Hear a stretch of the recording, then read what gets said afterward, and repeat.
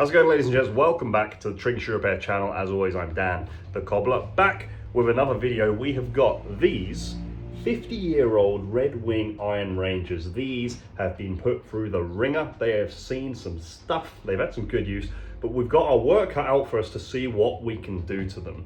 Keep watching, see what it's all about.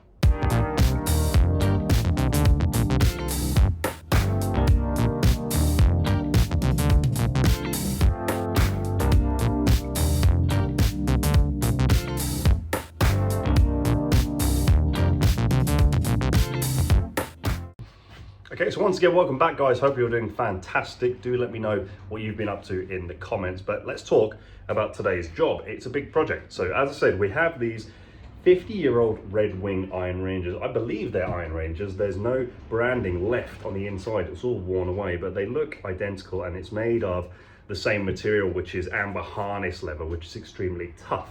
So a little backstory about Iron Rangers and why they made them out of harness leather is they were originally used for miners down in the coal mines. That's why they're made of such tough stuff to protect their feet and their toes. The owner of these, Dale, sent these in and said that I believe his mother bought them for him when he first started university 50 years ago. So they've got a lot of sentimental value. And he said they've done their job. They've protected his toes quite a few times when he's been working on stuff. And although they are extremely worn out, you can see the uppers are damaged and cracked. Unfortunately, there's not really much we can do with that. But there's a lot of sentimental value behind these, and they will still be wearable once they're repaired. So we're going to do the best we can just to restore them, give them a new lease of life, and make them look a lot better. So what we're doing is a bit of an alteration on this job. We've got the original rubber soles on. Going to strip it all off and we're replacing it with a leather midsole. So we're going to get some comfort from that. But then we're still putting on the rubber logger soles and heels to get that sort of trademark tread you'd expect on Iron Rangers. And of course, do what we can with the uppers. Let's get started. Okay, so let's just get these laces out. We're replacing them anyway because, like everything else, they're pretty tired.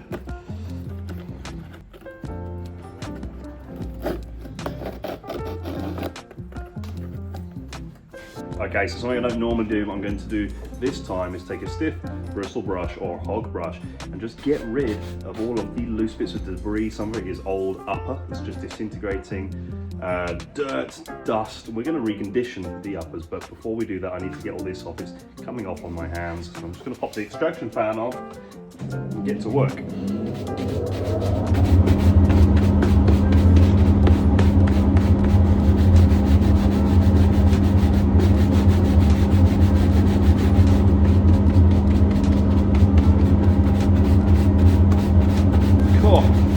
Scrubbing it all off, it smells like an old church.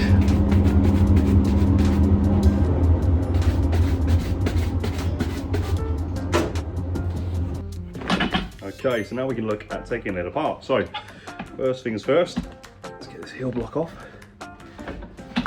And the whole thing can come off, so we're replacing all of it.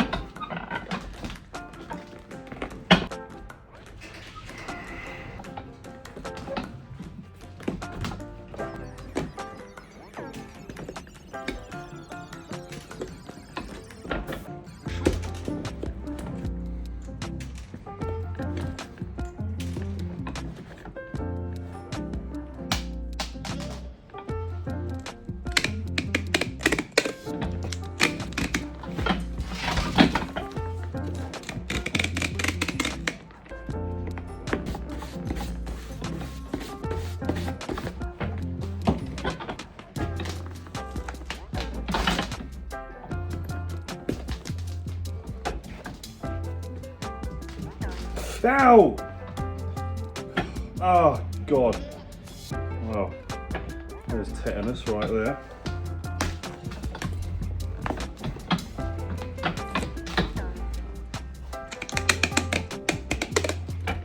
So taking off the rubber outsole, just taking off the leather midsole.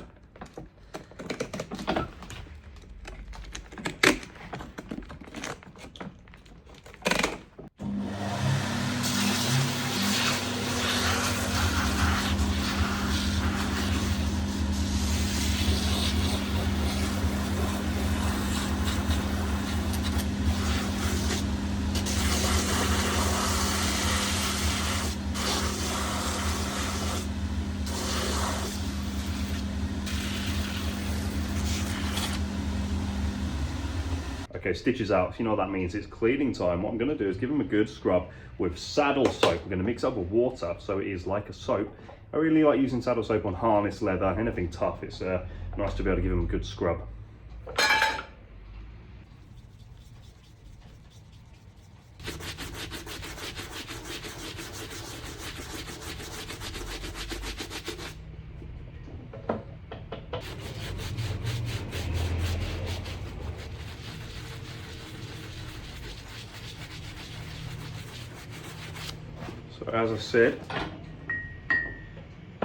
So as I say, what we need to do is get right down in the gap between the upper and the welt here to get rid of all the dust and the dirt.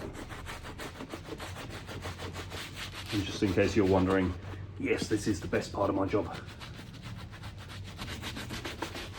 If someone was to pay me to clean shoes and boots all day, and it was good money, I would be a very happy man.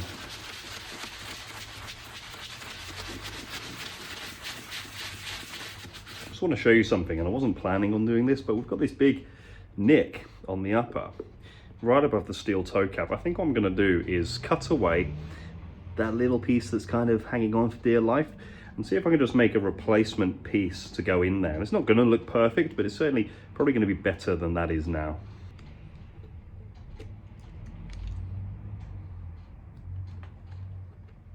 Okay, so I've made a little patch in there, and I think it looks pretty good if I don't say so myself. It's going to be disguised a lot more once I put colour and cream over it. Speaking of which, this leather is so tough it needs some conditioning and feeding, so we're going to use the Saphir Renovator conditioning cream, but I want to do it now just so I can cake it in it and really give it an opportunity to soak in before we get to the end of the job.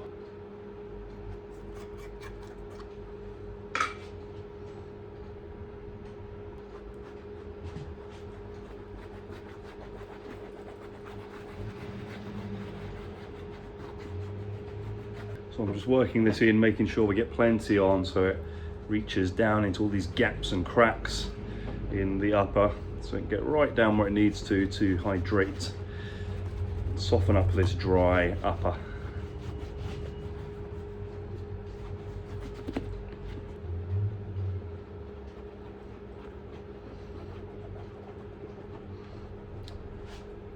And then this is going to have a chance to soak in for, I don't know, an hour or so before we come to the end of the job and start putting some polish on it.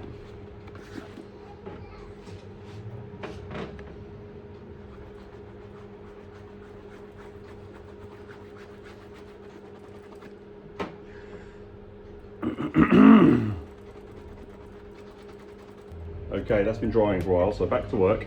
Just going to get a sliver of cork in the middle of our shoe here, and then we can work at getting our first layer on, which is the leather sole.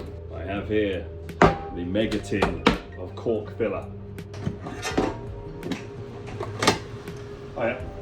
Oh, I wish I'd just got that on video. I didn't get a moment to. Some customers came in and they had a chihuahua in a raincoat. It's a proper little yellow raincoat with a hood. It was adorable.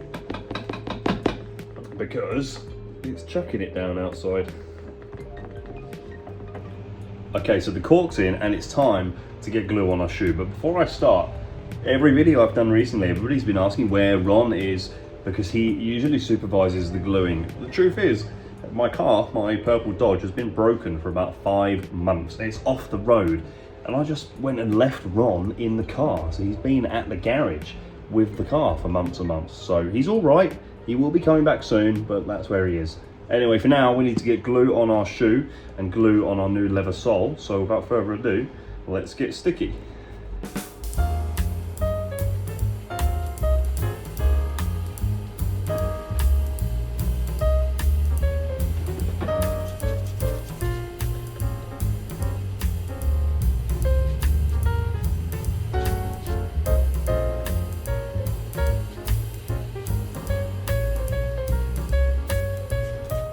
Okay, so once that's had 5 minutes to dry, we'll give it a second coat and then heat everything up to activate the glue and stick it together.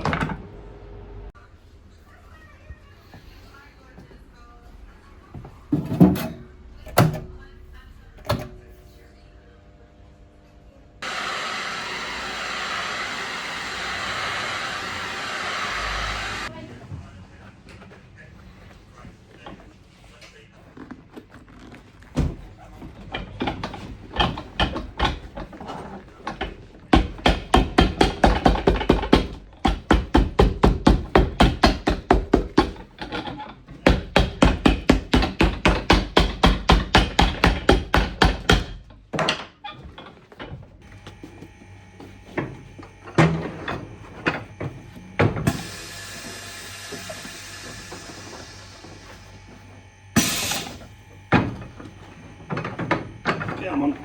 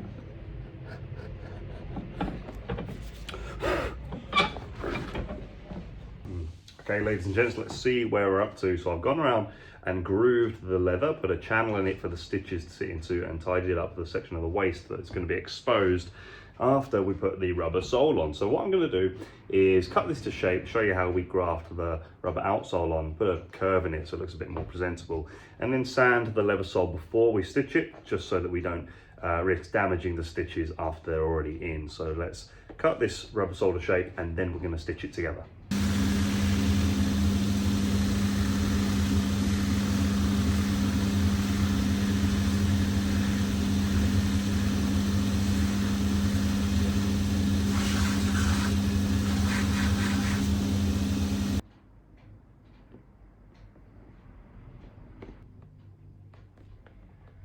So what I'm doing here is cutting the leather in such a way at an angle so that our new sole will sort of tuck under the cut that we've made.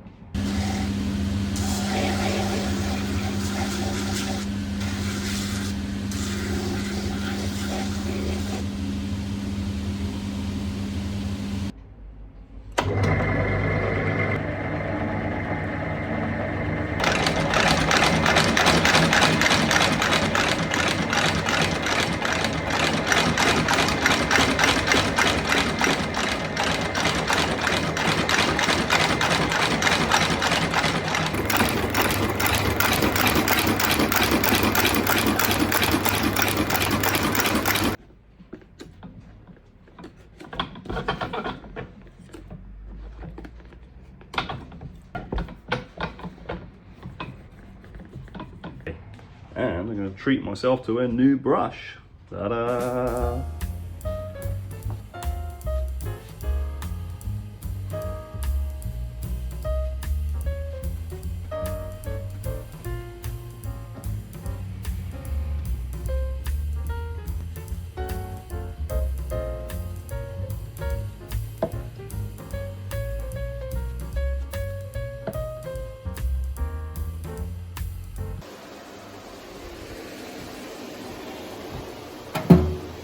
Back in the cheese toasty oven.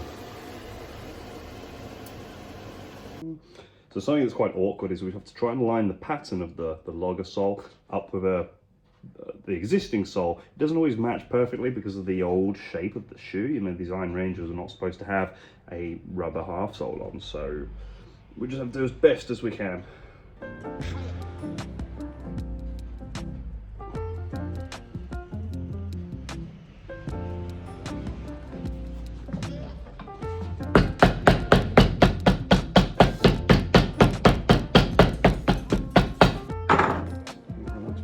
good though.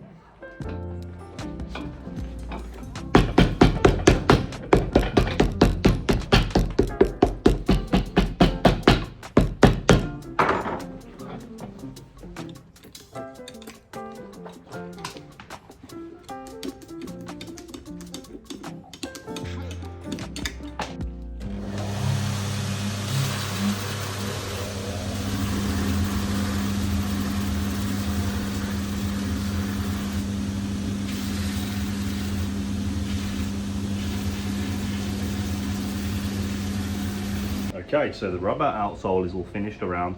You'll have noticed that when I've done jobs like this before, I cut away a track around the edge and then stitch the rubber sole on. The customer actually requested that we don't do this, so that even when he wants to repair them again, it's easier to remove the rubber sole and replace it with a new one. So fair enough, that's what we've done. Now we need to get the heel on, so what I'm doing is just putting the heel block on and then nailing it on first and then getting the rubber component on afterwards, and then we're nearly done.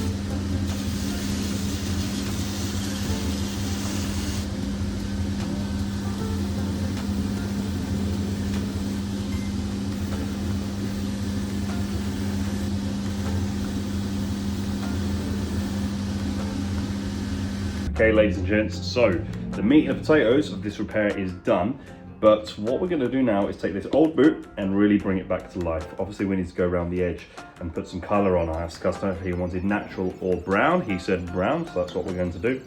So I've got here Phoebe's professional dye, regular medium brown. That's going to suit this just fine.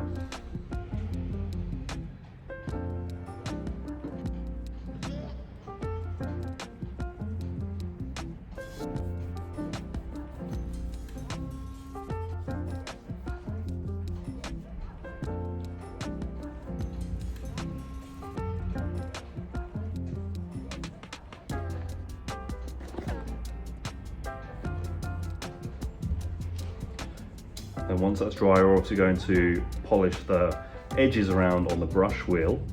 So we're using the 1925 cream, again in medium brown. And I'm just going to use an old rag, an old velvet cloth rather, so I don't get it on my fingers.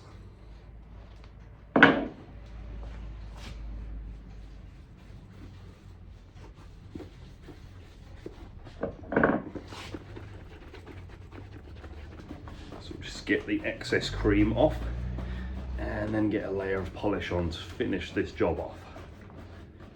So for the polish, I'm using the matching shade of medium brown from the Mindal Door range, and what I'm going to do with this job is, as we know, we've got cracks all over this upper, so I'm going to apply the polish with a brush so that the bristles can work this polish down into all the cracks in the upper, and that's going to really work wonders because obviously polish protects, it creates a barrier against the elements, waterproofs and nourishes. So if we can get it down in those damaged areas, it's just going to help things stay alive a little longer.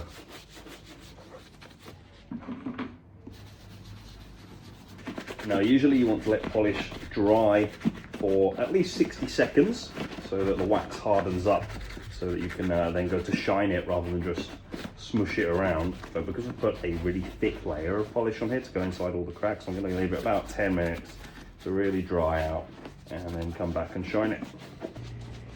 Let's just buff this up to a nice shine. I'll show you, that's just how the little patch is. I mean, it's better than a hole. Buff it up to a shine, and then we just need to get some laces in there and it'll be job done.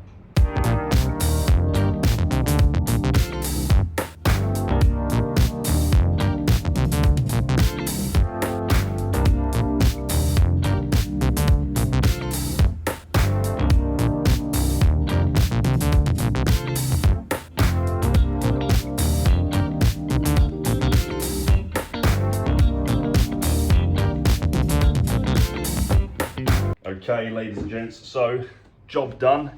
We are finished with our Red Wing Iron Rangers, and I think they look pretty good. So we've done the full restoration, obviously new leather soles with the logger, day-night logger outsole, sole and heel. And of course the uppers were a sorry state, but now they were never going to be perfect. But for a 50-year-old pair of boots, I think these look pretty dang good. So that is it, guys. That is the end of the video. If you did like the video, do me a favor, hit like. It helps other people know that there's something worth watching here. As always, if you want to get in touch with us about a shoe repair, visit the website tringshoerepairs.com, which is actually our shop. That's where you can find all the Sapphire products that I use in the videos. And you can find the contact form where you can drop me an inquiry about your shoe repair. Please do be patient. I get absolutely inundated with inquiries and I can't get back to everyone. Now, if you enjoyed this video, you may not have seen a previous video I did on some Iron Rangers, so check it out here and see if you enjoy that one also. But for now, I'm out of here. Thank you very much, guys. Cheers.